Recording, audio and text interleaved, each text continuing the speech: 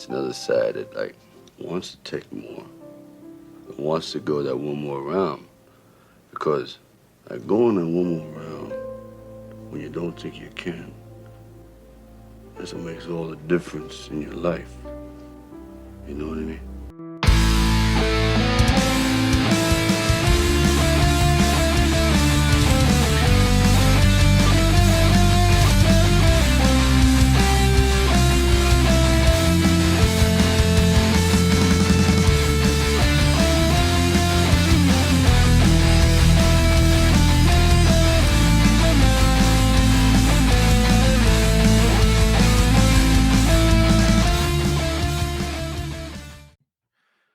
Welcome to another episode of One More Round, the Rocky Series podcast. I am your host, Ryan. With me today, of course, is the lovely Katie. How are you doing, Katie? I'm doing well. We got our first big snow of the year season last night. Oh, wow. Okay. So I've got a big sweater on. Yeah, I'm wearing a hoodie. Yesterday was, at the time I was recording, was my birthday, and it was 16 Celsius, which is like 70 degrees Fahrenheit for you Americans. It was very nice, and I was jogging. It was lovely, and I knew, because of the weather app, of course, that cold days were coming. The vortex was coming in, and it's come in. It's here. So we're down to, colder, much colder now. But I love wearing my hoodie weather. I love hoodie weather.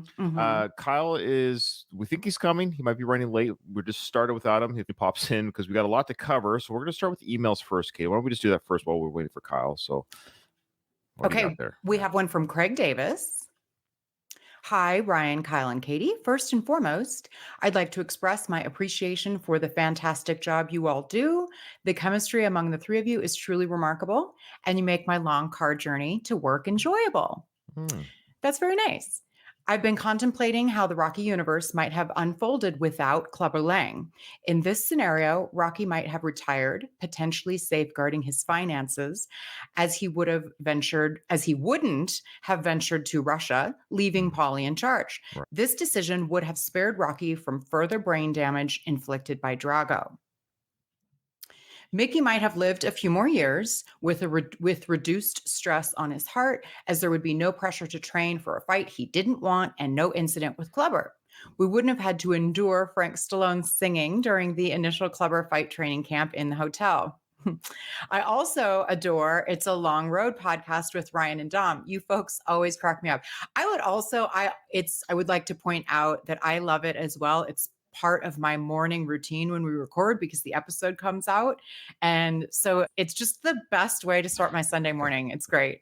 It's coming near an end. It's nearing the end, though. We're halfway through Rambo 5. It's the last season of the Long Road podcast. So if you're listening to this Rocky podcast, and you don't know that I do a Rambo podcast, it's done in the exact same vein. We go scene by scene throughout the films.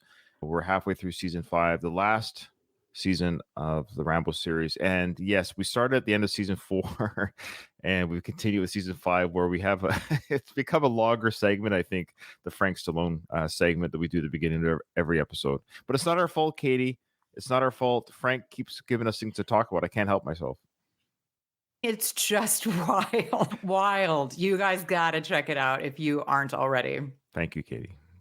So Craig goes on to say, Rocky and Apollo may not have formed their friendship, and I suspect Apollo would have moved on from boxing if not for Rocky's influence, thus avoiding a confrontation with Drago.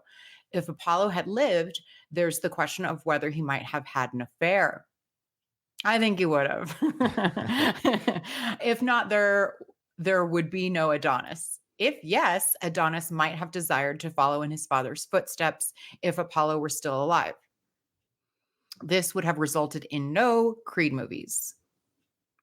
Additionally, Rocky's relationship with Robert, Rocky Jr., might have been stronger, with a more comfortable lifestyle living in a mansion and more time to spend together. Rocky's retirement would have precluded any friction in his relationship with Tommy, as I doubt they would have ever crossed paths. I could continue, but I realize you have a show to carry on with, LOL. I'm very saddened to hear about Burt Young's passing. May he rest in peace. Keep up the excellent work, guys. Keep punching. Best regards, Craig Davis. Great email and great insights. And Kyle's entered the chat, so we're going to say hi to Kyle. Welcome. Hey.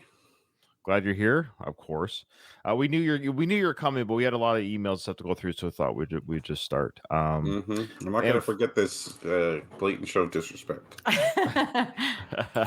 So I also want to say, Craig actually just ended that email with the mention of Burt Young. So why don't we right now? That was one of the things we wanted to cover, of course, because the last episode came out after his passing, but like I said before, it was recorded before his passing.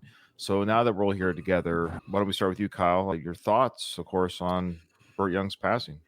Obviously very sad. I feel Burt Young's passing is something that's been, I don't know, in the back of my mind for a long time now. This is coming.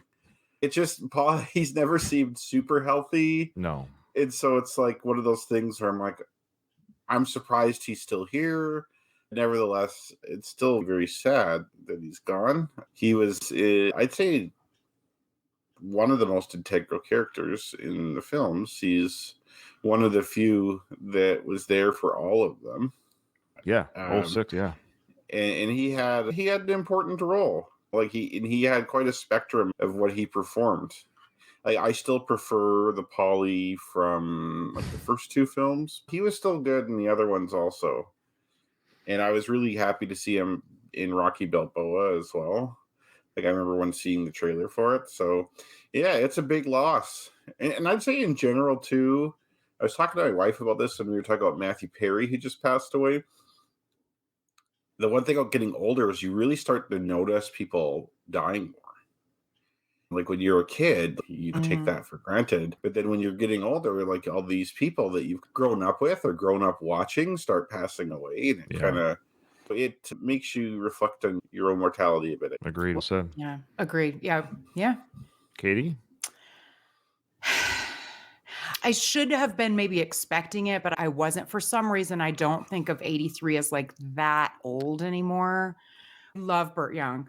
I think he's legitimately like good, decent human being. He's a phenomenal actor, and he gave us one of the best characters in film history ever. So I will forever be thankful for that. I also love that he lived in New York. He wanted to be away from the spotlight. He was a private person. He just did his own thing. He had other interests. Just wonderful. I would also like to point out that his wife passed away when he was 34 years old in 1974. Okay. And he never remarried. And so I feel that somewhat, I'm putting things on this, but mirrors like a Rocky Adrian type relationship. I wonder if Sly grabbed any of that real life storyline from Burt as an actor. Maybe. Yeah. And so he only had one child, has one grandchild. Doesn't he have a daughter or something like that, I think? Yes, Anne Moria, which I actually am curious if anybody knows for certain what his real name is, because his wife, so it's said that his name is both Gerald DeLuise as well as Richard Moria or Moria. And I'm not certain which it is because his wife's name was Gloria DeLuise, which would point to his name being Gerald DeLuise. Okay. But his daughter's name is Anne Moria, which would point to his name being Richard Moria. That's weird. So yeah, it's a great loss. We have these parasocial relationships with celebrities, which is just an interesting phenomenon anyway. Yes. So I do feel the loss of Burt Young a lot. And when the day comes that we lose Sly, it just makes me nervous. That's coming. It'll be hopefully a while, but it's coming. Yeah, he's 6 years Burt's junior, Sylvester himself, and I think he's probably lives a little bit more healthier of a life than Burt Young lives. To be honest with you, I know Burt struggled with alcohol. I think that was something he struggled with in real life, not just his character, Paulie, but I think there's a little bit of life and art and life there. I know that from a source. I won't say who. That's one of the reasons why I never got him on the show, was because I think his handlers knew he doesn't do interviews anymore. It's just the coherentness might not be there. Yeah, but 83 isn't old. I'm sorry, it isn't young. So if you hit your 80s, you're like, that's a full life. He had like grandkids, like you said, or he had a career in film and TV and celebrity, and he's an iconic character. So the mourning parts, I didn't know if I mourned so much as, over. It's weird. It's a kind of a Mhm. finalization more than anything. Speaking of Matthew Perry, who just happened just to die at the time of this recording, not even 12 hours ago or whatever, that was a little bit more closer to home in some ways because I've actually watched more footage. If you want to talk about hours, I've watched more footage of Matthew Perry on screen than I have of Bert. And he's made me laugh and all that good stuff. And he's younger too. So that one stung a little bit more because he's only 6 years older than me, where Bert's Right. 35 years older than me or whatever it is, almost 4 decades older. So yeah, he will be missed. Obviously, of course, now regarding his Rocky, this is a Rocky franchise podcast. So Paulie is a character, iconic. He's more dramatic in the first two, cartoonish in the next two, and then he goes back to being a bit of both in Rocky Balboa. And I look forward to now as we discuss the character. We're going to be discussing him for 3 more films. It's going to be interesting now to think, oh, this character or actor is now dead, the way Burgess Meredith is dead, the way Tony Burton is dead. And these are films we grew up with, and the actors weren't young when they started. So yeah, we're going to start seeing some of these. Talia Shire, Ugh. I know. Yeah, can't live forever either. His mom lived close to 100, so who knows? He could be around for another 20 years. This is very possible. That's true. Yeah, the Matthew Perry, just to your point, that's so surprising because, yeah, he's only 54. And what I meant about 83, it's nowadays we have men Yes, like the Rolling Stones are touring in their 80s. in their 80s. We have Robert De Niro and Yep.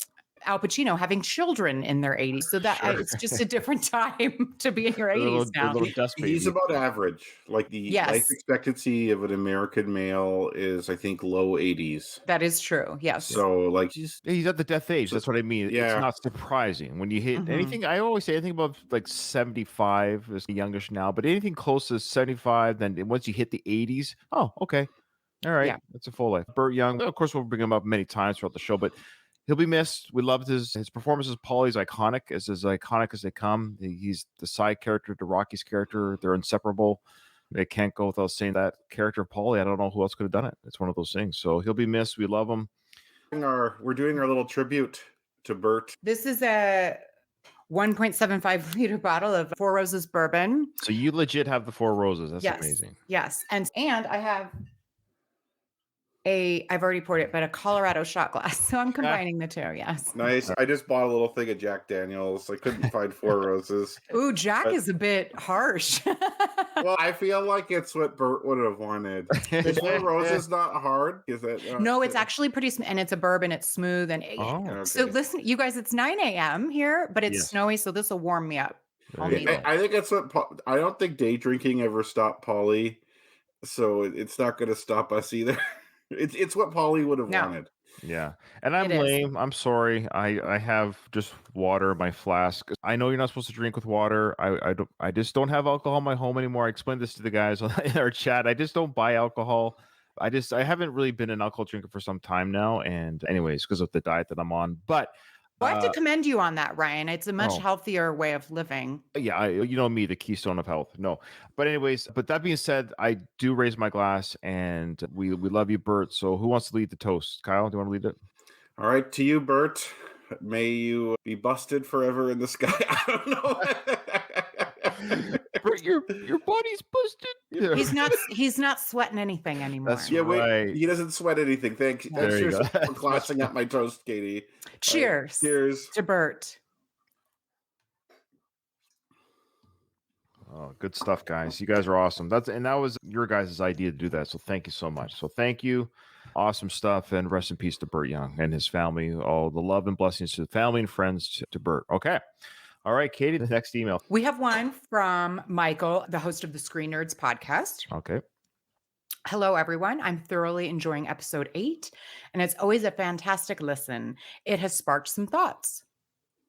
The sequence immediately following the fight, with its disorienting camera movements and gong sounds, seems like a visual representation of a concussion or someone getting their bell rung. While concussions weren't as well understood or extensively studied in 82 as they are today, it feels like a rather accurate portrayal of what it might have felt, looked, and sounded like for someone experiencing a concussion. That is a very good point, Michael. I'd like to mention that Gloria made a concussion joke in the second film. That's Oh, true. right. because they asked what do you do in commercials for, and she's like concussions, which I think is a pretty funny joke. And Gloria had a couple little digs in there in those films, actually. Yeah. Yeah, whatever happened to Gloria? I would have liked to see her in some of the later films. Well, It's she's in the weird. 5th film.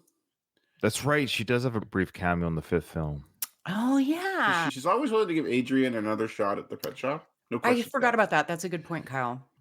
And like I said, I would love to interview the actress. She's still alive. She's in her 70s. And she has a YouTube channel where she reads poetry. It's the oddest thing. So she can be found. You got to get her on, Ryan. I know.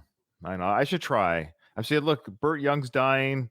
Come on. You got to get Before everybody's gone. That's right. Michael goes on to say, one could also argue that as soon as Rocky entered the locker room, he should have told Mickey, you need to go to the hospital now. However, given that Rocky himself was in an altered state, having his bell rung during the fight, he likely wasn't thinking straight either. And I think, Ryan, you probably pointed that out last when we talked about it. Yeah. Additionally, the only scenario in which the medical staff and paramedics wouldn't have performed CPR on Mickey is if he had a do not resuscitate order. Once again, I'm uncertain about how prevalent such orders were in 82 or whether Mickey would have had such a document readily available. But if that were the case, the medical staff would have been there solely to record the time of death. Keep up the excellent work. Best regards, Michael. And you pointed that out as well, I think. But that's very good points, Michael. Yes, Michael. Thank you so much. Next, we have an email from Dan O'Neill. Mick once said, fighting is like 90% in the head and 10% in the body. Okay, before you go on, we should also say thank you, Michael, for that. And also check out his podcast, Screen Nerds Podcast. And again, the only reason why I'm not bouncing anything more off that email, and the first one for that matter, there's just sometimes things are just said. They said everything. Well said. Yeah, it's well said. We don't need to not quote unquote waste time, but we don't. Yeah, it was well said. But this next one, I will say this before you read, of course, because I pre-read these. I will say this email, in conjunction with what Kyle has said and other people have said regarding what's going to be brought up here, boy, it's starting to sway me a little bit. I'll give him that much credit. There's a lot. Oh, we're still talking about this. So go ahead and read that. And I haven't read it yet, so I'm curious. Yeah, okay. You don't pre-read these? Oh, that's weird. Well, you give them to me like 5 minutes before we record. So no, I don't. That's fair. I got to do better about that. I apologize. No, it's okay. It's fine. Sorry. All right. I can't read anyways. That's right. Just read the dummy cards, Katie. Yeah. Hi, guys. I'm thoroughly enjoying the revisitation of Rocky 3, and in particular, your recent thought-provoking discussion in episode 6 about who would have won between Rocky and Clubber if Rocky had trained correctly and Mickey was in the corner and healthy. I've wrestled with this question myself over the years, but believe I've finally reached a conclusion. None of us ever want to bet against Rocky in a boxing match or any fight. I do believe that he would likely lose this fight. This is primarily because it's evident that he has become mentally soft after 3 years of perceived easy dominance and his newfound fondness for a lavish lifestyle. After his 10 title defenses, which were handpicked, and Rocky's inclination to appear in numerous TV commercials and fundraisers rather than engage in proper fights and rigorous training, I think his mental state would be his downfall. You can't simply turn it off and on. Going into this fight, I believe Rocky would think he's unbeatable and only needed to show up to defeat his opponent. Given Mick supposedly said fighting is 90% in the head, a callback in Rocky 5, in my opinion, Rocky would still lose the first fight with Clubber, albeit with a better performance and lasting longer. I believe he would have underestimated Clubber, despite Mick's efforts to instill in him the warning that Clubber would deposit you up there on Mars. Rocky would have taken his training less seriously, even if they had continued living in the old gym.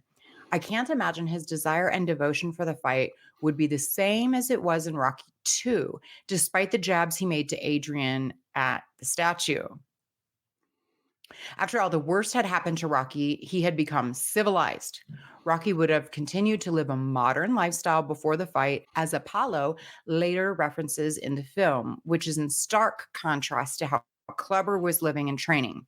In conclusion, great discussion, guys, but if fighting is 90% in the head, Rocky would lose the first fight even if he trained well and Mickey was healthy. Keep up the great conversation. Best regards, Dan. So the thing about this email that really pushed me, now I'm not so sure about my thoughts previous, and he's right about the beginning where none of us want to bet against Rocky. That's true. There's probably part of that fandom or rooting for Rocky that's in my heart, not my head, so to speak. And Kyle, we know Kyle has no heart; he's all head, and that's why he logically came to the conclusion that Rocky would lose. Now, so the part of this email that was like, I never considered that, and this is in the Rocky universe, so you have to weigh that into this discussion, where Mickey himself said to Rocky, and he's a trainer. He's been doing this for 7 decades of training. That boxing is 90% in the head. And now we did talk about that with Rocky's heart wasn't into it, all that good stuff. That's why he lost so badly. Is because you're right. So that argument with Mickey and what Kyle's saying is true. His head wasn't in it, heart wasn't in it. 90% of it is your head. That's why he only lasted like half a first round.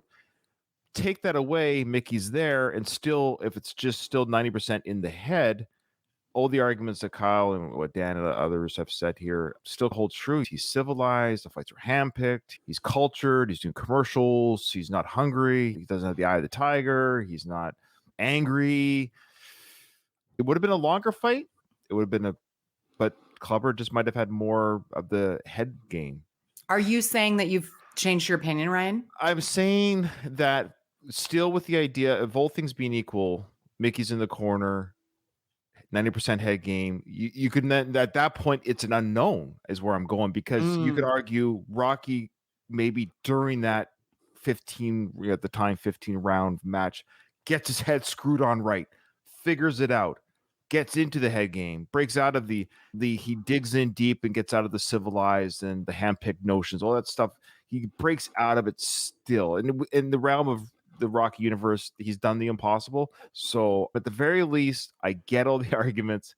I can see where a loss would happen more now, but I'm still going to geek out a little bit and just say the good guy wins. Rocky still wins if you want to put a gun in my head. I think so. My counter to some of it is, one, the 90% in the head. I use that as the argument for why he lost, because Mickey wasn't there. But to the point about him being civilized, I hear that.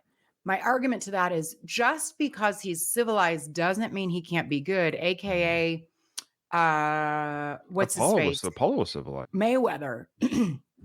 Totally rich, lives this lavish lifestyle, but he's never lost. He's a shitbag of a human being, but he's an amazing boxer. So that kind of counters that. And the other thing I will just point out is that what we're shown in the fight is that Rocky, he does have the physical fighting ability, but we're shown that he completely gives up. He gives up, not because he's not trained, not because it's because Mickey's not there. He just is not, his heart's not in it anymore. So they're all really good points, and we will forever never know. But I think that it could have been a really good fight and that Rocky would still squeak out the win if Mickey was there. Okay. And any final thoughts there, Kyle, before we move on to our trivia? No, I think we've all got our points out. I do want to. Can I do my quick shout out? Yeah, of course, to whoever or whatever. So we had a very, if you watch boxing, a very Rocky-like match last night in the real world. Oh. Heavyweight champion Tyson Fury fought a man that had never been in a pro boxing match before. I never heard about this till you messaged us in the group. I'm out of the loop. So what was the... So Fury is 33-0-1. So he has 33 wins and 1 draw. He has most of the world championships right now. There's another guy, Ukrainian guy, Alexander Usyk, who has the other ones. They're going to fight soon, but Fury is widely regarded as he's the lineal heavyweight champion. What does that mean? That's like the lineage, like you get it from beating the last guy who had. There's the original heavyweight champion back in the day, and that title gets passed on. You have to defeat the last champion to get the championship. Like the belt they show in Rocky, that's the lineal belt. Okay. Ring Magazine has their lineal title, and that's the lineal championship. And then there's like the WBC and all the other ones too. But Tyson Fury's he's the white guy there. He is a really good boxer. This other gentleman, Francis Ngannou, he's never fought ever in a boxing match. He was in the UFC, so he does have fighting experience. He knocked down Tyson Fury in the 3rd round, as we can see there. So very Rocky-esque kind of knockdown. Tyson Fury won by a controversial split decision victory. Really? So it was 95-94 Ngannou, 96-93 Fury, and 95-94 Fury. So it's a real tight split decision. Wow. Yeah, so it This was amazing. Ngannou guy is he's a big boy. Oh no, Tyson Fury is enormous, but also I don't think I've heard the name, but he is super out of shape looking. Oh, that's his trademark. That's his trademark. That like he's fat. Yeah. So I'm like, no wonder I'm like, look at all that jiggle. I don't want to see that when I'm watching some boxing. He beats the shit out of everybody, even though he's fat like that. Because he's Like- very tall, right? He looks really tall. He's more athletic than he looks. Okay. He is extremely skilled fighter, Oh, okay. and he's beat Klitschko. He beat Deontay Wilder, who's like in incredibly good shape. If you've never seen him before, I could understand that reaction, but he beats Okay. up like muscly looking guys like this guy all the time. Interesting. Okay. And everyone thought that Fury would just roll this guy easy because this guy's never been in a boxing match before. He's in shape, actually. So yeah, he has the advantage of being in shape, but like Kyle said, that's not been an issue. Yeah, Tyson Fury beats the shit out of in shape people all the time. Is it because he could take punches, or He moves well. Despite being fat, he can move around the ring. He doesn't get tired. He's really athletic. Like it goes against intuition. Hmm. But yeah, he looks about the same shape as he was in other fights. Like you see him dancing around the ring there, he'll do that the whole time. But this Ngannou guy has never boxed before, like never had a Never. professional. Wow. Yeah, he's fought in the octagon in UFC, but that's Uh-huh. a totally different sport. Like it's not boxing. There's a similar Conor McGregor fought Mayweather.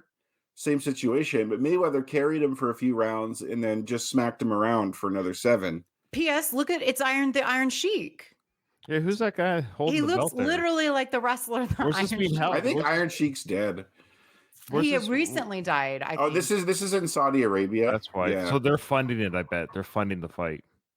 Decision on the third card. Winner by split decision. Still undefeated from the United Kingdom. The WBC Heavyweight World Champion.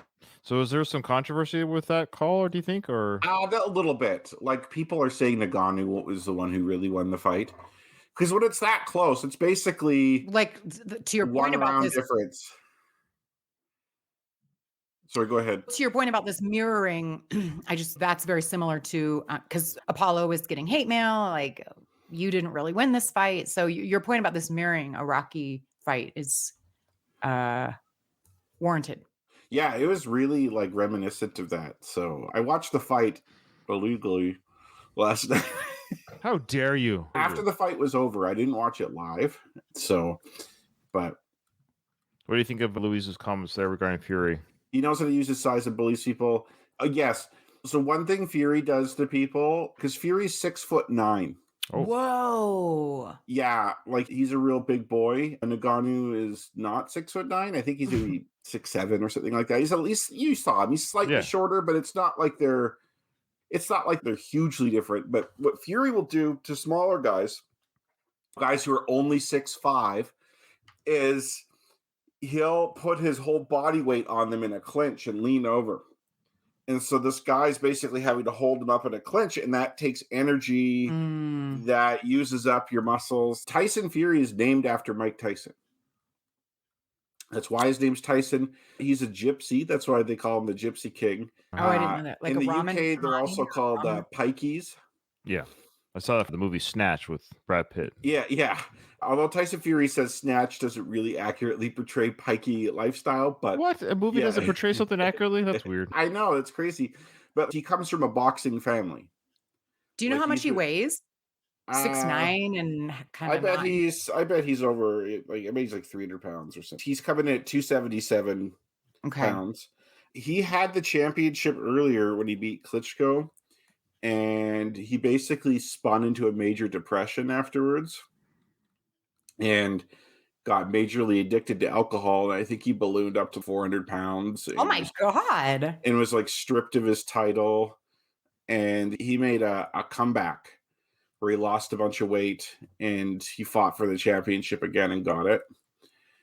A very interesting story. And he talks a lot about mental health, and he's also super religious too. But yeah, like okay. interesting fellow. I necessarily agree with all his opinions on stuff, but it was a great matchup, and it was really reminiscent of the first Rocky fight. Cool. Awesome. That's very good. Thank you for bringing that up. So thank you. All right. So now we are going to do our trivia. 5 questions. I'll tell you right now, the first question, I'll be surprised if any one of us gets, but the ones after that we should all get. God. Okay. Okay. Ready? Question 36. Who does Rocky fight at the venue Radio City Music Hall? Oh, I think I know this one. I do have a name, but I don't know if it's the right one. Maybe there's a I think- montage of names throughout Never mind. I'm not going to give any hints because I You don't know wanna know hints. this one. Katie's killing us. Katie's killing us because I think we're going to get the rest of them pretty easily. Okay, number 37. It was Bob Smith, Katie. Just Yeah, it's put Bob that down. Smith. Katie Foster. Okay. True or false? The Italian Stallion logo is on Rocky's motorcycle. We also see his motorcycle in the 5th Rocky film. P.S. I want that motorcycle. Well, you should have been there at the auction. Yeah, I know. I was like 4. Oh, okay. Okay. 38. What does Rocky throw at his statue? A tomato. Who says, "You got me curious"? This is a trick one if you want to think about it. It is. But that means we probably all know the answer. So I think we'll accept singular or whatever. But yeah, who says it first? You got me curious. Okay, and then question 40. I love this. I wish they were all this easy. Who says I pity the fool? All right. Okay, so I think it's the first one that's going to get us a little bit. We'll find out later. Okay. All right, and here we go, folks. The Imaru. The funeral. Use Shalom. This is where the audience everywhere around the world finds out for the first time that Mickey's Jewish. Was there any indications throughout the films that Mickey was Jewish before this moment? His last name. Yeah, Gold Mill. Especially as a kid and a teenager, I never got Jewish last names. It never dawned on me. So even now, I keep forgetting that's a clue or hint. But if you live in the East Coast, I think that is a pretty good indication. So are you saying then you knew that he was Jewish before the funeral? I was a small child watching this, and I lived in the Midwest where there's not very many Jewish people. So I probably didn't, but I do think people that live where there's a larger population of Jewish people would. I mean, as an adult, I'm like, oh, duh. Does it say his name earlier? Does it say Yeah. Gold? When did we see Gold Mill? That's the other. So that's the other. There's a good trivia point. question. When did we get Gold Mill's name before the 3rd film? And If we did. then the other question I then have is those who saw the films in their late teen, adult type years for the first time said to themselves, "That man is Jewish." And then when the funeral happens, they go, "Aha! I knew it." You're right. I just know his last names, but I'm trying to recall when we learn his last name for the first time. But Exactly. Mhm. So there's a good trivia question. When and where did we get Mickey's last name before the funeral? I think this is the first time. That's That's what I'm guess. thinking too. I don't know. I feel like we do learn it earlier. Okay, well but that's the challenge then. yeah, it We'll is. get that for our emails. Send us an email, folks. Let us know that, not that we're right or wrong. I actually just don't even remember. I think we're retconning our Yeah. history, that we know his last name, but we never hear Rocky say it. We don't see any documents. We don't see any. Like, the press never says, "Oh, Mickey Goldmill is training you again, Rocky." How do you feel about that? I don't recall any kind of anyone saying his first last name together. So, good questions for our audience. This concludes our services. I just love, even after this, he's got the raccoon Rocky eyes, he's wearing the sunglasses. But I always appreciate that Rocky thanks the service guy. Thanks. Very quiet thanks there, but he thanks him for his service. And there's everyone attending the funeral. That was one of the trivia questions. It the cut man's was. there. I forgot the cut man was there. I got that question wrong. I didn't even think that Polly was there. I'm very surprised that there's only that many people there because What- I understand that Mickey didn't have kids and probably like he's so old that all the like my grandma, for example, Mm-hmm. all of her like brothers and sisters and everyone in her family is gone now because she's 96, right? So like Mickey, he's really old, so I can see in that sense that maybe a lot of his family isn't there. So yes, if he doesn't have kids, but this guy was in the community for a long time. You would think he made a lot of connections with trainers and people like that at the gym over the years, and I think more people would have been in his funeral. Maybe it's a budget thing, get more people. I'm sure. But really, they should have a huge budget. Yeah, great questions. Why isn't there more people there? But maybe there's a storyline there that just Mickey had nobody but Rocky. Adrian's outfit's wonderful. She looks really nice. She's got a hat. She's got a great funeral outfit. And we're about to see it's not a headstone. It's like his, Plaque or whatever. yeah. yeah, And plaque. this is really important. So you guys might be right. It's possible this is the first time we see his last name, but it's also really important because we see his birth and death year, which Right. comes up in our timeline. When you see stuff like this in the film, a death of a character stating the year, you have to say this is the year. It's like the hardest evidence you can almost have is someone's to be birth written. date or death date. The hierarchy of dates you take seriously in a film, the highest standard is they put it on the screen explicitly. For example, the beginning of Rocky 1, where it's November, whatever, 1975, you have to accept that Yeah. because they're telling you that. And then right under that is this here, where it gives you a date. This is honestly probably equal to what I just mentioned. If this is the date, He's 76 now. so Rocky, when he fought Apollo, what year was that fight? Well, it would have been 1976, actually, because he fought in January 1 for the first fight, and then in November, they fought again. And you can't really dispute that. But we know that in the vortex of time, there's really a 3-year gap. At the very least, he should be 79 because in the first movie, Yes. he says he's 76.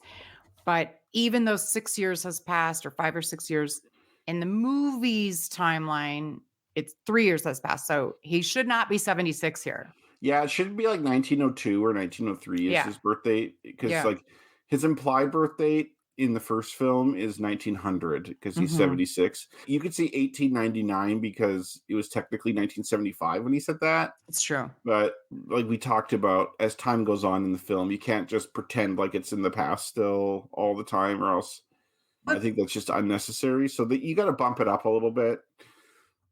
But this is a very obvious error from the movie because they are playing with time.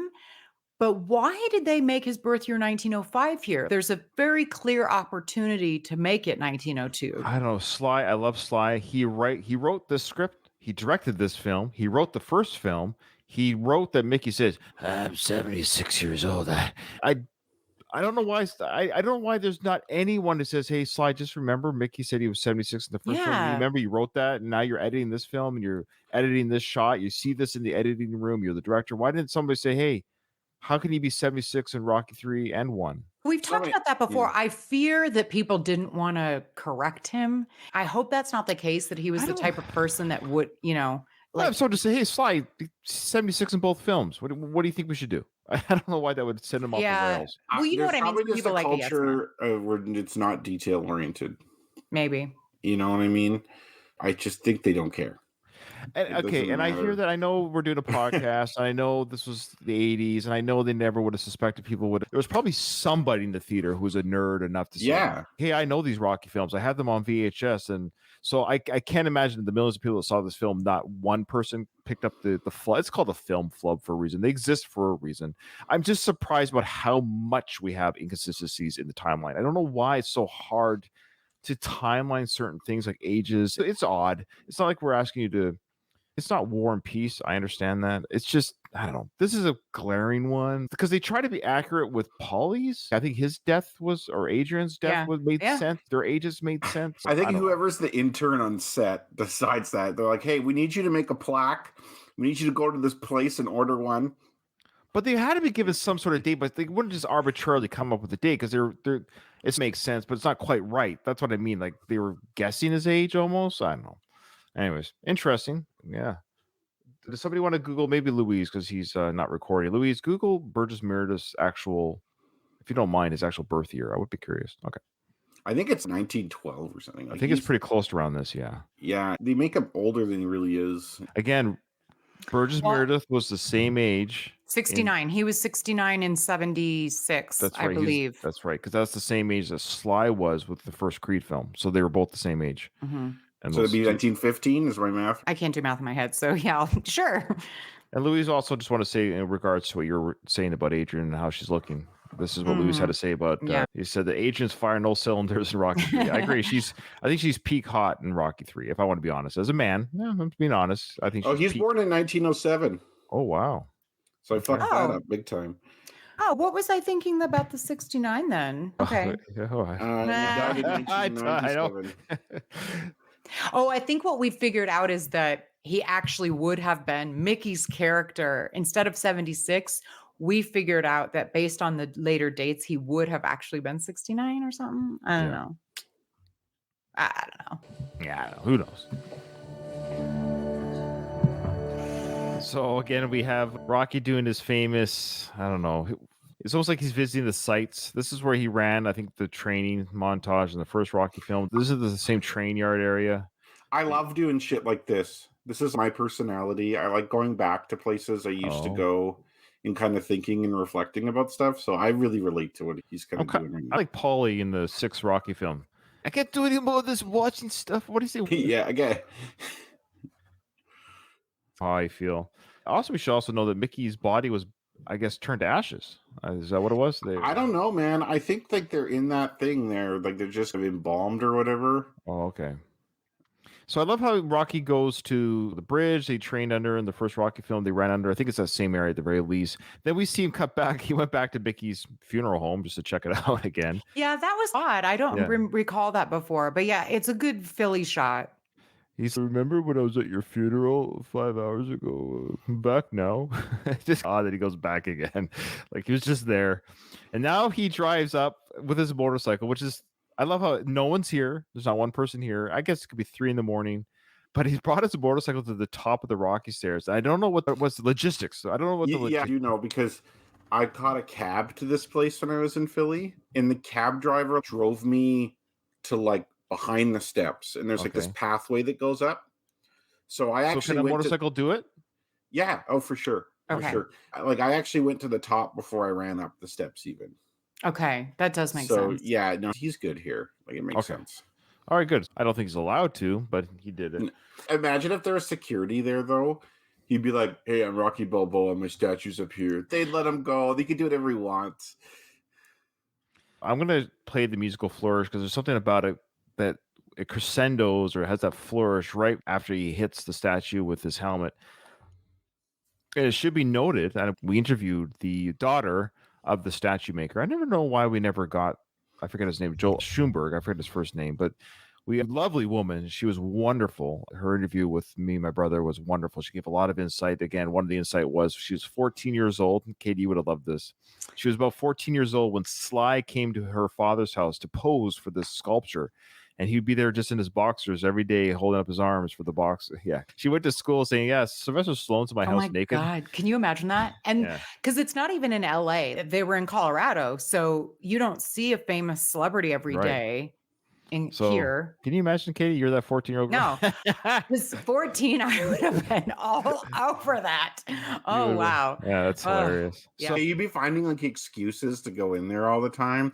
Oh, Mhm. you guys need something to drink? Or I just came in here to get this. Or So she gave some great stories. Robin was her name. I don't begrudge at all talking to her because it's funny. I've seen the father give interviews since our interview to other people. Oh, Yeah, I know. So it broke my heart a little bit. Oh, why would he want to I talk thought to he me had in- passed away. No, he's still alive. He's still alive. Oh. Not well, I don't know, but he's still alive. Like recent, like last year or two. I just happened to stumble on. I'm like, oh, okay. The statue creator talking to other ham and eggers, but not me and my brother. Anyways, Robin, if you're listening, can you let us? do you want me to send him some hate mail? Yes, yeah, that's right.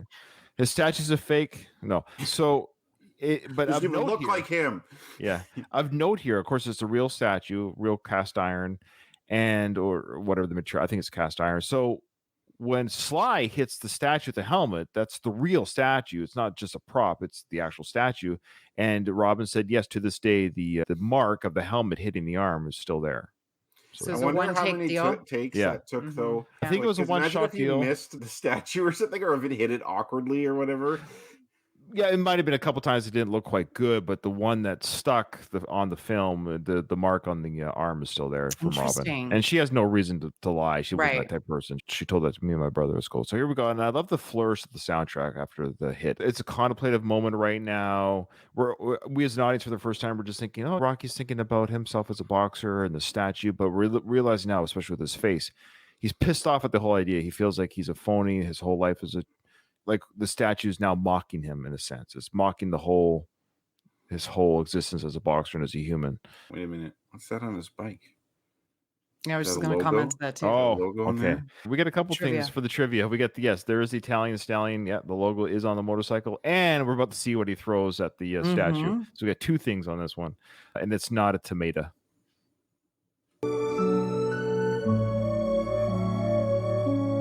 I just love that sound of the change of the flourish. It's very fitting.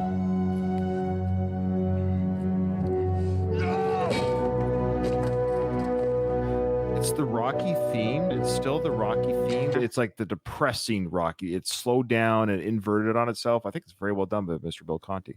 Very subtle. Yeah. So he throws the helmet, and I love how he just awkwardly backs up the bike. That always kills me. Gotta reverse this motorcycle. Do you think he goes to fetch the helmet or he just leaves Nah, it? Oh, he's- he he leaves that leaves it. helmet. He's a litter bug. I'll leave it down there. Did it keep good protection anyways? Yeah, I think whatever. helmets are like $300. They're not cheap. They're not No- cheap. No thing to Rocky. Yeah, he can probably afford it. So Rocky continues his death tour of Mickey. Now he's going to Mickey's gym, parks his bike outside, and he's inside of Mickey's gym, sauntering around, being somber. Nature's smarter than people think. Oh, wait, that's a different scene. Sorry, I'm thinking of something else. It's Rocky 5. It's my joke. Rocky 5. When he goes to the same gym, Slip yeah. the jab. slip the jab. That's right. Slip the jab. Rocky's about to punch the bag out of anger and frustration inside the gym. That's not the way to do it. Who's that? I just love this whole sequence because it's great on film. It's fantastic if you're an audience member, of course, seeing this for the first time, whether at home or in the theater. Imagine think- how weird that would be, though. Yeah, Like you're in this shitty neighborhood. You're in this like building with the lights off. You think you're alone, yeah. and then someone's that's not how you do it. Like, holy shit! You're right about That'd probably that. be the more accurate response. Who the fuck is that? yeah. But this shot's we've seen it 1,000 Yeah. times, but for first time viewers, you hear the voice, but we just see The silhouette. yes, of an overcoated, dressed up man. And I've always wished or hoped that Mickey would come out as a ghost with his bat. Hey, who's that? Because- You fought like a bum. Now, I do have a question. At this time, Mhm. is this still a working gym or is it already abandoned? No, Mickey just kept really bad upkeep of his gym. I think it's 3 a.m. There's a lot of questions here because we're gonna get some dialogue here from Okay. the timeline. I think this is the same day of the funeral. If you want to go, they went to the funeral, they closed up shop. Rocky probably said to Adrian at home, "Hey, I'm going to go for a ride on my bike and clear my head," because it was daylight when this whole thing started. So it could Yeah. have been like near supper time. Funeral was at 1. Funeral ends at 4. 6 o'clock.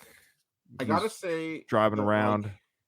Rocky did up big time, not keeping that gym going, right? Because like by the time Rocky 5 rolls around, that gym is long abandoned. Right. I'm not saying Rocky, you have to be there running it, but you could pay someone to run that gym. Mhm. You could get a manager. You could find someone to take care of it. You could pay them. Have Does that in gym Creed. going. What's Well, his yeah. face in Creed? Yeah, exactly. That's one way he insulted the old neighborhood. Mhm. Is he just abandoned this gym, this like kind of pillar of the community, and yeah, not cool, bro. Not cool. This might guess what the timeline is. That okay? So it's probably between, let's just say between 1 and 4 in the morning here. And now Apollo's come here. We're going to hear this conversation. You think it's that late? Don't you think it's like 8 p.m.? Yeah, I thought it was more like, say, 10, 11. Because Apollo goes to the house. You don't go to someone's house at 1 in the morning. It's 10. Fine. It's 9 o'clock at night. You guys happy? It's 9 Yes, at night. yes. You're happy? Yes, Ryan. Yes. Okay. Fine. It's 9 at night. Apollo Closing keeps a hour. sensible bedtime. All right. Okay. But you hit it straight. Huh? Step into it. The reveal that it's Apollo. Apollo? I waited at your house for about an hour, and your wife said you might be here. Oh, wait. It's different. He said, I waited at your house for an hour. So he was at the house for an hour, and then he might be here. So who knows? So it still could be later. It still could be later. Also, how awkward Adrian's just so. What's new? Oh, we know what happened. Now that's an alternative because we know Apollo's a cheater. I know Yeah. Adrian wouldn't, but that's just a funny thing. Oh, to- Paul's a very sexy man. Adrian has too much class for that That's true. nonsense. She does. What are you doing here? Business. Now, I do like how Paul says it's business that he's here, and not necessarily.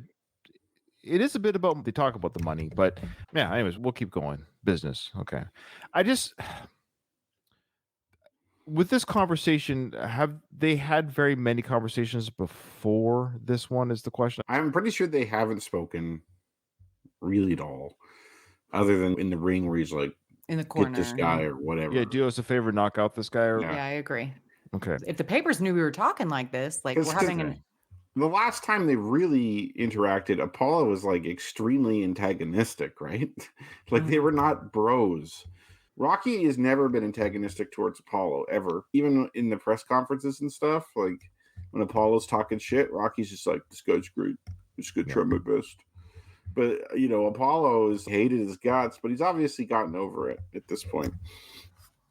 They knew we were talking like this. They think we was crazy. Why you?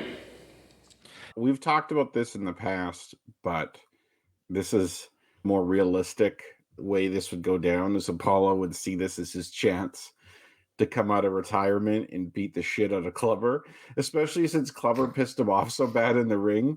The real life inspiration behind this is when George Foreman, who is, as I've said a billion times, is Clubber, knocks out Joe Frazier big time. Joe Frazier's kind of like Rocky, a big puncher. George Foreman is an even bigger puncher. And then Muhammad Ali comes in, who was defeated by Frazier, who is no longer the champion. Everyone thought Muhammad Ali was too old. They thought he was past his prime. They thought he'd never be able to beat Foreman. And he comes in and with his strategy and with his finesse beats Foreman. Really, you would have Apollo coming in to fight Clubber, and this is how Apollo gets his championship back. But of course, this is not the Apollo Creed movie. This is the Rocky movie. Rocky will now transform into a version of Apollo to beat Clubber. Good point. Yeah, I like that. Because I'm the best and you need somebody to teach you different. Why? Well, to be honest with you, I don't think you could pull it off without me, Rock. So there's evidence for Kyle. Can't pull it off without me. But he Yeah, didn't to be fair, answer. that's just Apollo's ego and opinion, though. It is, and it also didn't answer Rocky's question. Like, what's in it for you? But he'll get to it. I think he gets to it. But yeah. You still didn't give me the answer, Apollo. What's the real reason? See. It's quiet, isn't it? When you retire, it's too quiet. We're too young to retire anyway. Besides, with the right touch, I could promote this thing into the biggest gate of all time. It'd be bigger than ours. He's always about that. He's always trying to make money, make a buck, and that's how he's rich as he is. He's very rich. He's richer than Rocky is at this moment. He's a business. He loves that. That's the way he is. But he also is resembling a little bit of Rocky when he went back to Mickey in the second film, when he's, I just got to be around a Mick. And this is, so Yeah. Rocky's a little bit more humble about it, though he's less flashy about it, but he's saying the same thing. I don't want to retire. I can't just leave boxing alone. It's who I am. Mm-hmm. It's who I am, Adrian. And that's what Apollo's saying is, I got to be around it. Like, I'm retired, but I'm not done with this business. I want to be around it. There's a line there that I misheard all these years. Oh. And he says, "We're too young to retire." Mm-hmm. Now, I always heard it as "you're too young to retire. Oh, Because Apollo is older than Rocky. I think that's established. I would 4 or think 5 so. At years, least. I think. You know what I mean? Yeah, you could argue that maybe Apollo is a little too old to come back, but Rocky isn't, because that's how I always thought it. Apollo's kind of living vicariously through Rocky. We're too young to retire. I still think Apollo should have just go win the ring and fought Clubber, but whatever. To your point, Ryan, like probably 4-ish years older than Rocky, but in real life, Weathers is younger than Sly. Oh, that's Is he right. really? Like a year or two, yeah. Oh, That's right. Yeah. All right. And he says here it could be bigger than ours. And I don't know if I agree with that, other than the fact that, yeah, it's Rocky reclaiming a championship or a rematch, sure. But I feel like Super Fight 2 was a bigger event. yeah, I think so. Them teaming up is going to be a huge That's part of the deal. draw, Yeah. sure. Yeah. That'd be part of the draw, sure. Okay. And I fair. think Apollo said with the right touch. So, like, if you advertise it, if you promote it correctly, it wouldn't just on its own naturally become bigger. But maybe Apollo sees that as a challenge. Like, hey, let's see if we can get this to be bigger than ours, which is a high bar. Okay. Heaven knows I don't mind being involved with large numbers, right? I don't need this no more. I don't want this no more. So he's broken. He's beaten. Doesn't like, hey, that's a cool offer, Apollo, but I don't need this no more. I don't want it no more. He doesn't feel that need to repeat this because right now we don't know yet as an audience member. He's afraid. He feels not just defeated, but he's like the drive is out of him completely to face this again. Yeah, he just got beat. Like, the bruises are still fresh. Yep. He's very sore. He's emotionally wrecked from Nikki's death and from the ego blow it is to lose. Okay, to find out that your last 10 fights were handpicked and you just got viciously knocked out and your manager just died. That's a lot of stuff piling up on you all at once. Like a couple weeks' time. I don't know who I am anymore. Yeah. My whole life's a lie. Everything's fake. You probably had this thing, oh, I'm just another bum from the neighborhood type of thing. Maybe I'm not. I'm the champ. I have all these title defenses. Everyone loves me. And then I just got brought back down to reality. And maybe you're thinking, maybe I am just another bum from the neighborhood. I was just kidding myself this whole time. You know how your mind can play tricks on you like that, right? Oh yeah. Where it's not quite true, but then you have this like negative self voice. I'm sure he has that big time right now. Yep. Look, man, when you beat me, I hurt all over, and I didn't want to know from nothing or nobody, not even my kids.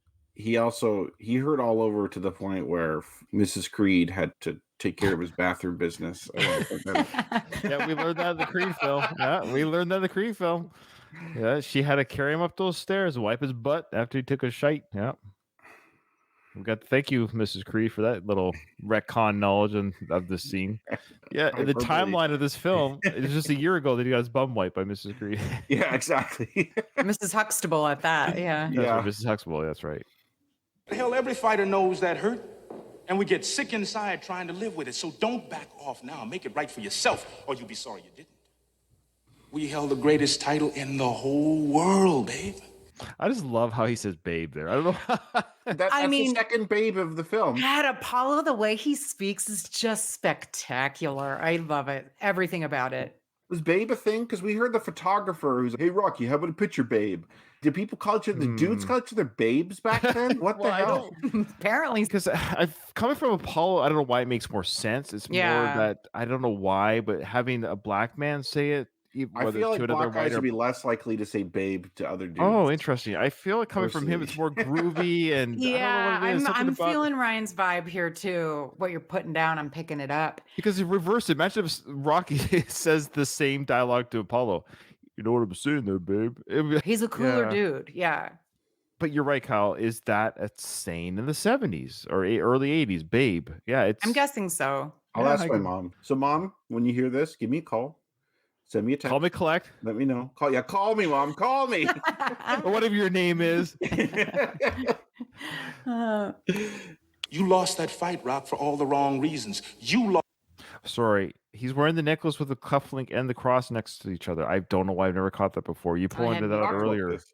Yeah, that's what I mean. You guys pointed that earlier, but now I'm seeing it for the first time. Like, I wonder if Apollo's wearing his two under his shirt. Because he has like a suit on, doesn't he? But yeah, he could have it underneath though. Yeah. The Rocky lore with the cufflink is it's insane. It's probably of the Rocky franchise, the cufflink. We are led to believe Mickey gave the other cufflink somehow to Apollo. And he wears it in the second not film. Mickey. You got the other one. He said some bum. Rocky's asking where the other one went, and he was saying some that other Rocky bum. Marciano gave it to some other bum, which somehow filtered down to Apollo. Is Tony got it. Is honestly That's what we thought. Is Tony might have gotten it? Yeah. Of all Ryan's tinfoil hat theories, this is the most believable, the best, most interesting one. I agree. It's I good. like this one. I like it. I like hearing about it. I will entertain that. I'm fully saying Conspiracy Tony theories. received it and gave it to Apollo. I think it's before Apollo and Tony met. I think it's an old black man with a toothpick in his mouth who gave it to Apollo. Personally, I think that old guy probably knew some fighter that was Sugar Ray something, and he got it from him and then came down to Apollo. That's my theory. I don't have any evidence for that whatsoever, but that's my story I'm making. So up. now the question is, Apollo sees Rocky wearing that link. Do they ever talk about having the same cufflink? Hey, where'd you get that cufflink? Well, let me tell you. They have both in the films worn them openly in the open, but we never see it on film them discussing the cufflinks that they share. Yeah. Lost your edge. All right. I know your manager dying had you all messed up inside. Okay. Yeah. So even Apollo recognizes that. But I've always found this line here shows you just how business mode Apollo is, because it's a pretty, like, you just buried the guy 12 hours ago, not even. And he does state that, I know having your business manager or your manager's died, having it messed up inside. We still don't think Rocky thought that Mickey was dying, because in the film, and we see him, he's expecting Mickey to come down the aisle at some point and be next to him. Like, he was just gassed or winded. I don't think Rocky truly felt that he was dying so much as he was really ill. He took ill. Yeah, I think Apollo doesn't know that. I think all Apollo knows is that Mickey wasn't there for the fight. And then he did die. And then he did die, so he probably just assumes Mickey was either A, already dead, or B, Rocky knew he was dying. But this is a bit of fan service even for the audience members too, that we are hearing from Apollo that part of the reason why Rocky lost, this is written by Sly, part of the reason Rocky lost was Mickey wasn't there. So it's being written into the film and it's being said by the character. So whether Sly thinks that or the characters in the film think that, there is some sort of semblance of idea that yes, Rocky lost that fight, but you didn't have the eye of the tiger. In our fight, you had it, but in this one, you don't. But the truth is, you didn't look hungry. Now, when we fought, you had that eye of the tiger, man, the edge. And now you got to get it back. And the way to get it back is to go back to the beginning. We've talked about this. Did he have the eye of the tiger? Okay. I don't think so. I don't think so. I think definitely Apollo didn't. had the eye of the tiger. Yes, he had it for Apollo sure. was trained like a madman. Yeah. He was motivated to beat Rocky. He fought well the entire time. Was stupid at the end. Rocky did a last-minute training after his head was all screwed up, and then showed up late to the fight. I wonder if he won't show. And then it's maybe I think I have a headache. He doesn't seem like what? You could say maybe, Rocky, you were living hard back then. I was living in luxury, even though I trained hard. I still was soft in that way, where you were like still living in the old neighborhood and you were made differently than me. And like, really, Rocky won that fight because he could take a punch better. He also says, when we fought, and here's my thought on the eye of the tiger business.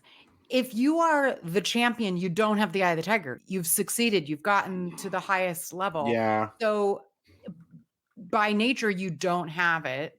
And Rocky did have it in the first fight. So Apollo could be referring to the first fight. No, but he's like, you had it, you won. Okay, that's true.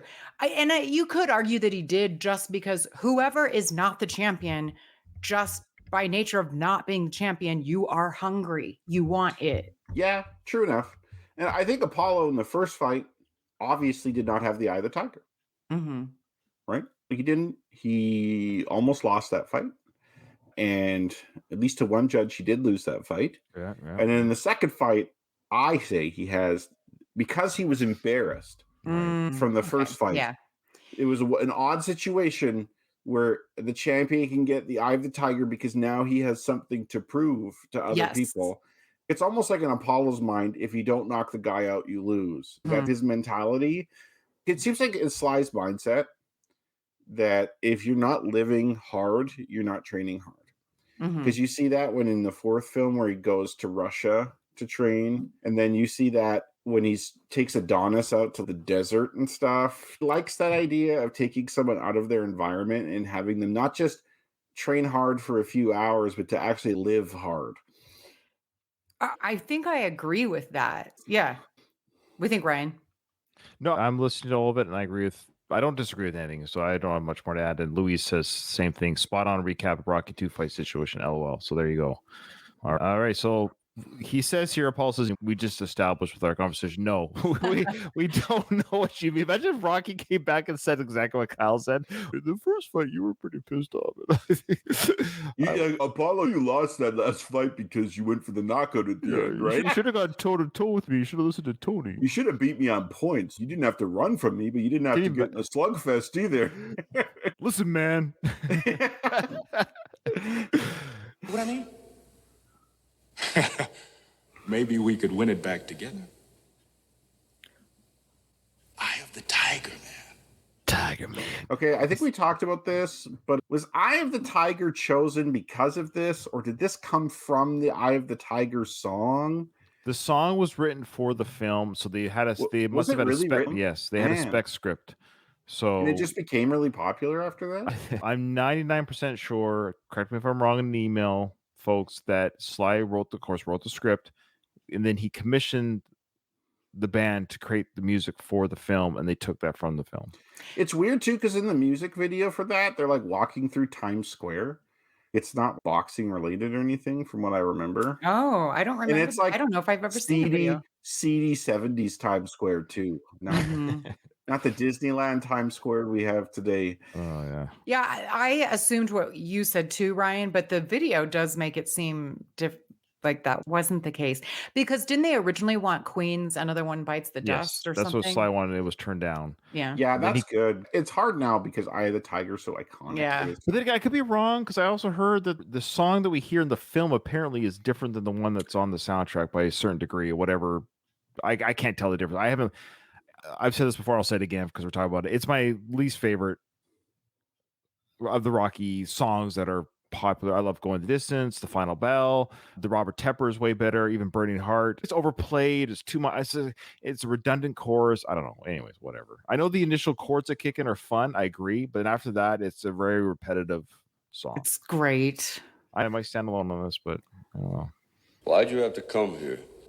It's a weird way of saying I don't get that either. Because you're here.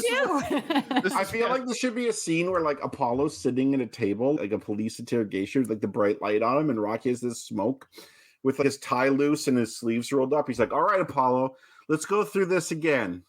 Why did you come here? I told you, man. It's because." Now, it is an odd line, but if you want to psychoanalyze it, he could be saying, "I was comfortable quitting." Now you're so reasonable-minded, Ryan. That's a very good point. Also, Apollo like could have just called him on the phone. You see how serious he is that he flew across the country to have this as an in-person conversation. Or he just stuck around, maybe. I don't know. But I think that's what it is. Rocky saying, I was comfortable where I was. Now you've pulled me out of this funk. Mm-hmm. Now I'm uncomfortable again, because often when you face your fears, he's afraid, it's uncomfortable.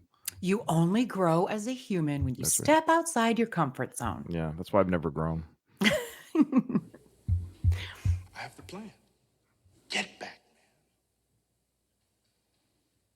man. You got me curious. There's the other trivia. Good, I got it right.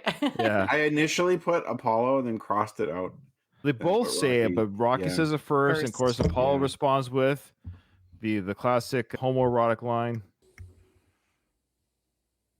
You got me curious, Rob. He didn't say babe. Ooh, I know. All right, so I think that's where we're going to end today, because the next scene, okay. All right, so good stuff. Big episode, fun discussion, and we're going to get the answers here on the trivia. I think the only one that I'm unsure of is the first one. So ready? Okay, I put Joe Zack. I did too, Kyle. Oh, I'm quitting. I can't do We did trivia talk anymore. about this on the episode too. We did, I but it was the know. only one I could really remember. His. I put Big Yank Ball. Ooh, could be. Oh yeah, that's true. It could be. Oh, it is. You guys are right. Yeah. That's the father's name of his wife. And this is father-in-law. Man. All right. True. Yes. True was, of course, the question of the logo. Yep. We got that. His motorcycle helmet was thrown, and Apollo says, oh, he put Apollo. You got me curious. Okay. Interesting. So So we got to mark that wrong then. We literally just watched we just it. watched Yeah. it. Again, Rocco was 10. He was 10 when he did this. Yeah. They both said it. Mhm. Okay, so Ryan, you got 4, Katie and I got 5. Yeah. Okay. And thank you, Louise. Louise, if he was the judge, he'd give me the point. He says, damn, the correct answer should always be Big Yank Ball. I agree. That was a good recall of that name, though, because it's an epic name. It isn't. That's the only reason why I remember. I totally forgot it was Joe. The reasonable name would be Joe. Okay. All right. Again, send us an email if you haven't already. Or give us a review on iTunes. We are part of the Last of the Action Heroes podcast network, and we also have our standalone feed. So I don't know which one people listen to. We have people that listen to both. So if you're whatever feed you're on, give us a review and a rating. It not only does it help, it just helps me personally. Oh, people are listening. It's nice. They actually care. Yeah. Oh, you can join the Patreon as well. The Patreon, you get same day release of these videos that are not edited. So you see, for better, for worse, you see the whole discussion, the jokes that don't land, swear words that Kyle says I edit out. All those things are in the unedited version on Patreon. And Kyle, you're about to say something there? Oh, I was actually going to plug your Patreon because I didn't think you'd do it.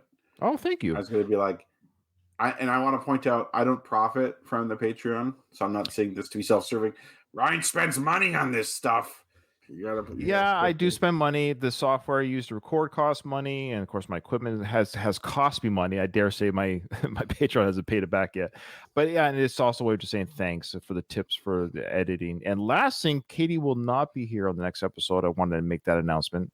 She'll be on another vacation as per. She's just a busy gal. But we do have stepping in for her. We have a guest host, Jared Talkstein from the 25 Guys Hyper Podcasting in Space. He'll be here to co-host with you, Kyle, and he said that he looks forward to co-hosting with you because he's never done that apparently. Oh. And that he also said that he is going to miss the red face. So I don't know for that one if you want to red face. Or maybe I'll bring out the old computer and well, that's a lot of work. He just made that joke. No, it's really not actually. My old computer's like right beside me here. It's up to you, but he was joking. But he's looking forward to podcasting with you because he is from hyperspace. That's where he's from. So Speaking of Jared, I feel like one of the times that Jared guested with you and I, Ryan, was when we had the AI voice of the guy who said Mickey was racist. That's right.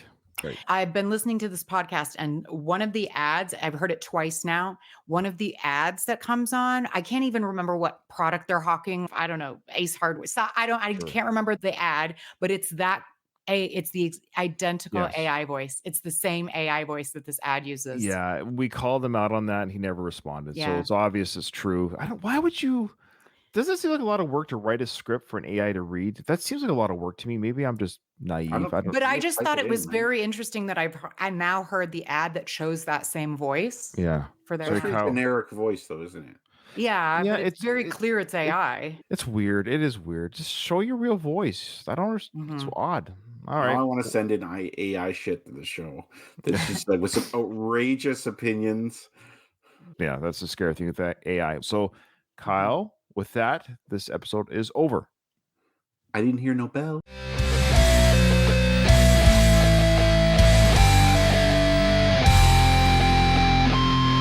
I just want to say one